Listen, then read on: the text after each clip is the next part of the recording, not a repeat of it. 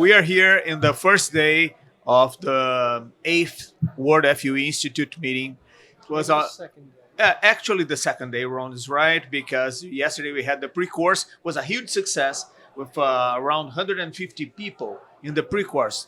And today we have more than 300. This is very big. It's the biggest meeting of the WFI so far. And what are you feeling so far about the meeting? So far, I'm feeling that everybody it's living up to its reputation as the premier FUE event. All the top people giving the lectures. It's like a who's who of lectures, and the lectures are wonderful. So, all the response I've been getting from the people who are coming here for the first time and again, I think it's really good. I think. Did you like the way that we started that to show the long-term thing? Because we have many beginners here. Yes, I did. I think it was good to start with actually the biggest question, which is donor supply. And we started with that. It was long-term planning. It was coverage value.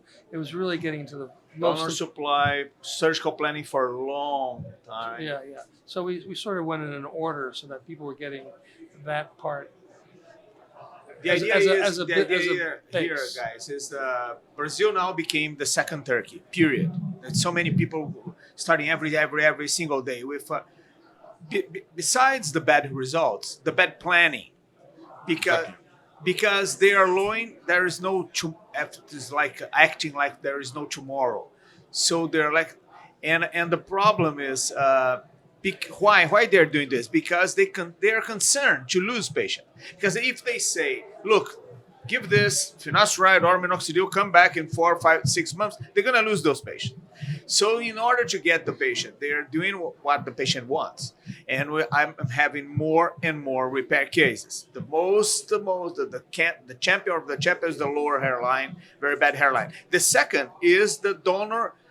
Not only depleted, but heterogeneous. The patient says to me, I have to use my hair longer. So I have to tell you, repair FUT is much better than repair an FUE now. That's becoming a challenge. Yeah, it's easier. Yes.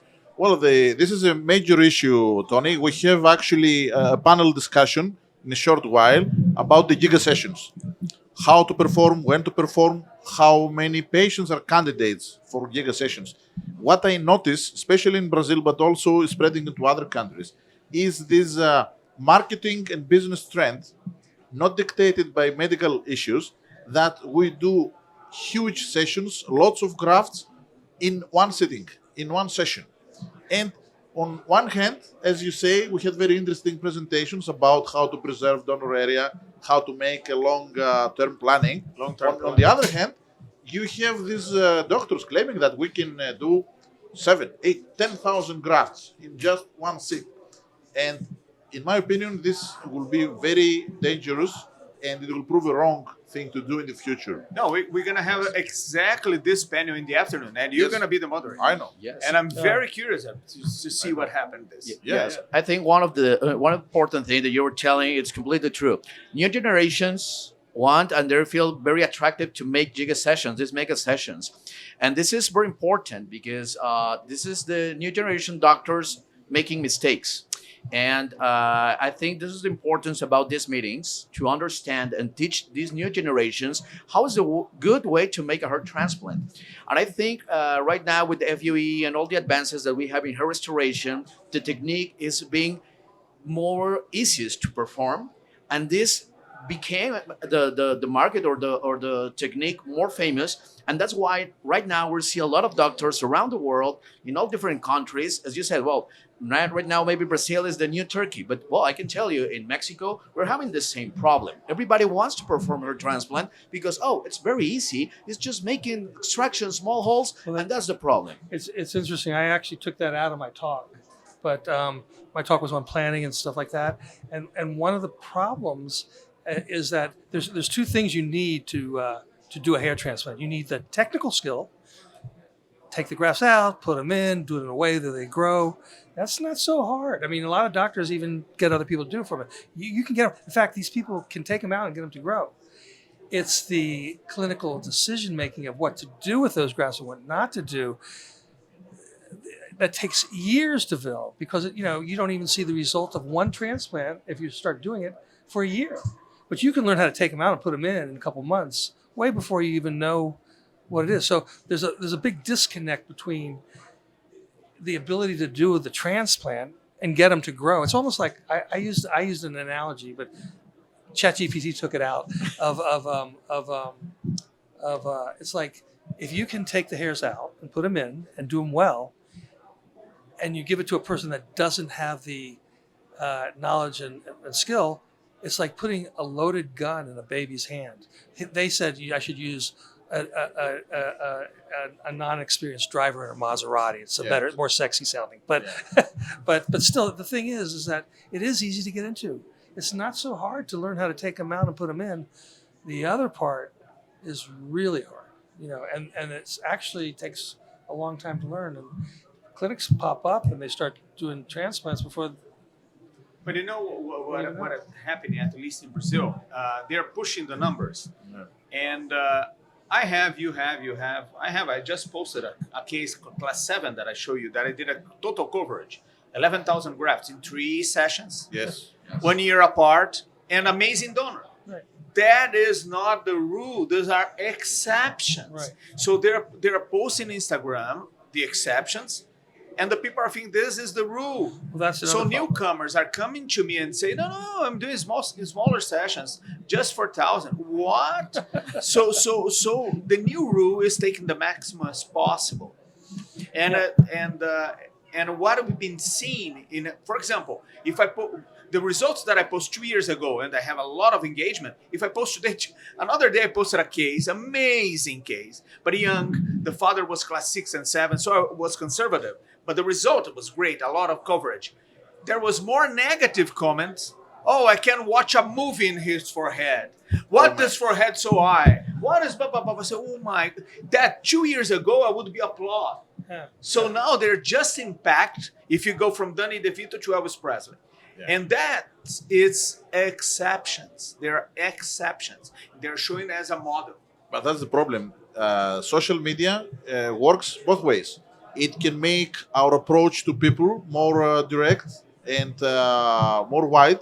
At the same time, it passes the wrong messages because, as you say, the exceptional case, they can present it as the average case. Oh, I do this every day.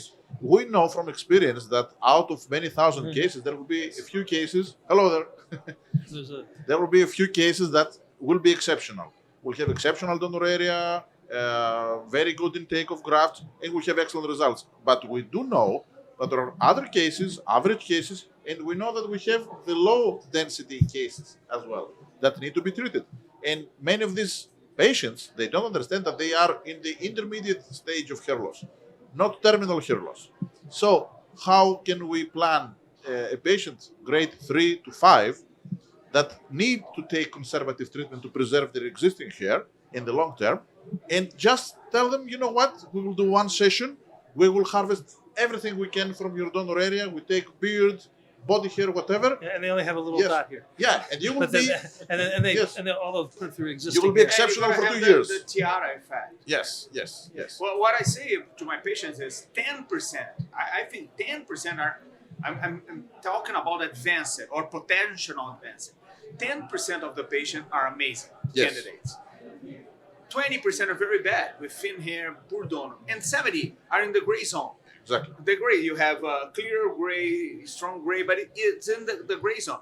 So we should approach more the gray zone that represents 70% of our practice, not the opposite. No. You understand? That's what we try to do in this meeting. Yeah.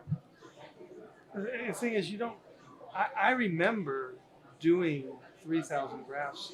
I mean, my patients for the first 20 years were so happy with 4,000 total, 4,000 to 5,000 total, and it looked.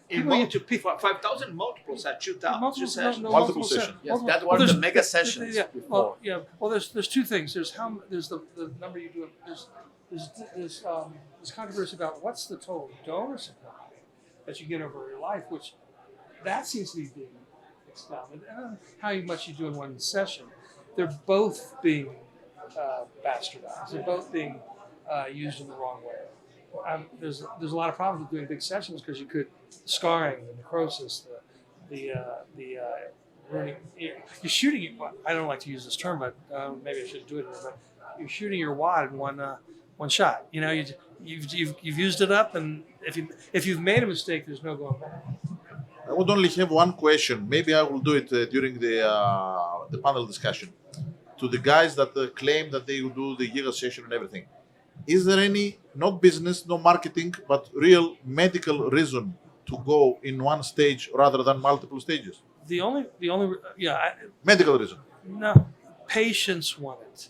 Patients It's don't not a want medical- to. but it's not No medical. matter. My No, question, no, is, there's do no you matter. believe that a class 6 can be covered with one session? Even split in 2 days. It's impossible. No. Yeah. They will need additional session in the future. Yeah, and you need to take into account the quality of the And hair, they the posted caliber of the before hair. and after the second session. Make it people think that was just with one session. Because this is impossible. But Simply you know, Tony, in plastic surgery, we know no matter if it is general plastic surgery or aesthetic surgery, the prolongation of surgical time goes parallel with the increase in morbidity. Not only larger sessions. Imagine you infiltrate here, Yes, here, body, here, the chest. face, To the scalp. surface. Yeah, Yeah. that's a risk. It is not a coincidence that we have increased cases of morbidity or mortality cases in FUE sessions we didn't have in the past. You know, you hit the nail on the head. There's Close to the microphone. Oh yeah. If you're asking, like I said, our goal is to have nationalists and density meet their expectations.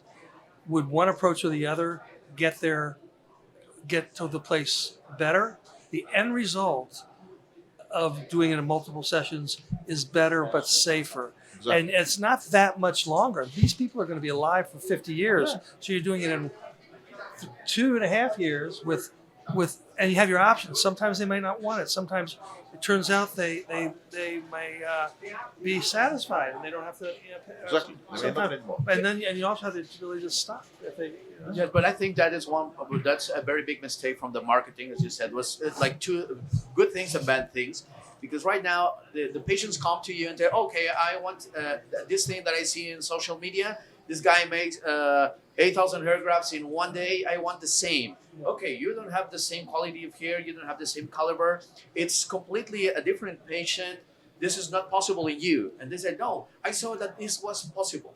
Yeah. Well, and first of all, they probably didn't do it in 1 day. Maybe they did it in 2 days. And these 12,000. Even in 2 days. Even 2 days, too much. 2 days I know. doesn't expand the donor. I know, Yes. I know.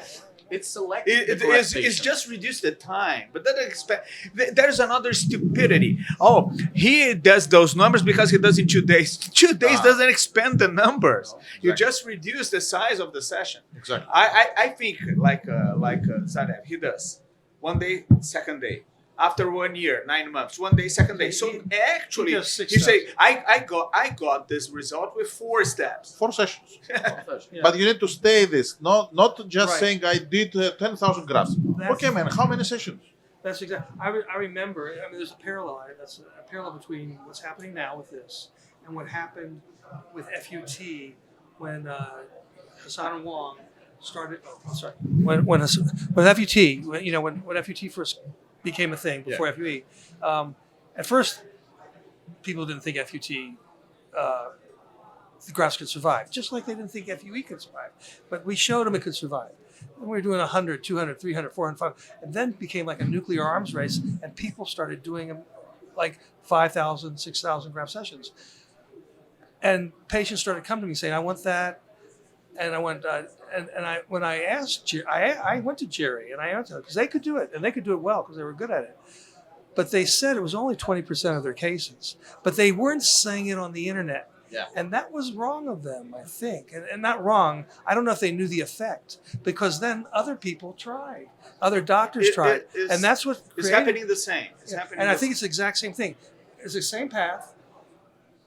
We don't know what's going to happen, but I think it's got to cause some problems. Actually, we know what's going to happen because we know with the modern knowledge that we have that a result from hair transplantation in the long term is not permanent. Yeah. It's not permanent, especially if you don't take conservative treatment, medication. Yeah. And we know that these huge sessions will end up in 5 years, 10 years, 15 years I know. to a disaster. at least 30% less coverage Yes. in both areas. Yes. But with depleted donor areas. No, and there That's is no right. way to fix it. Yeah.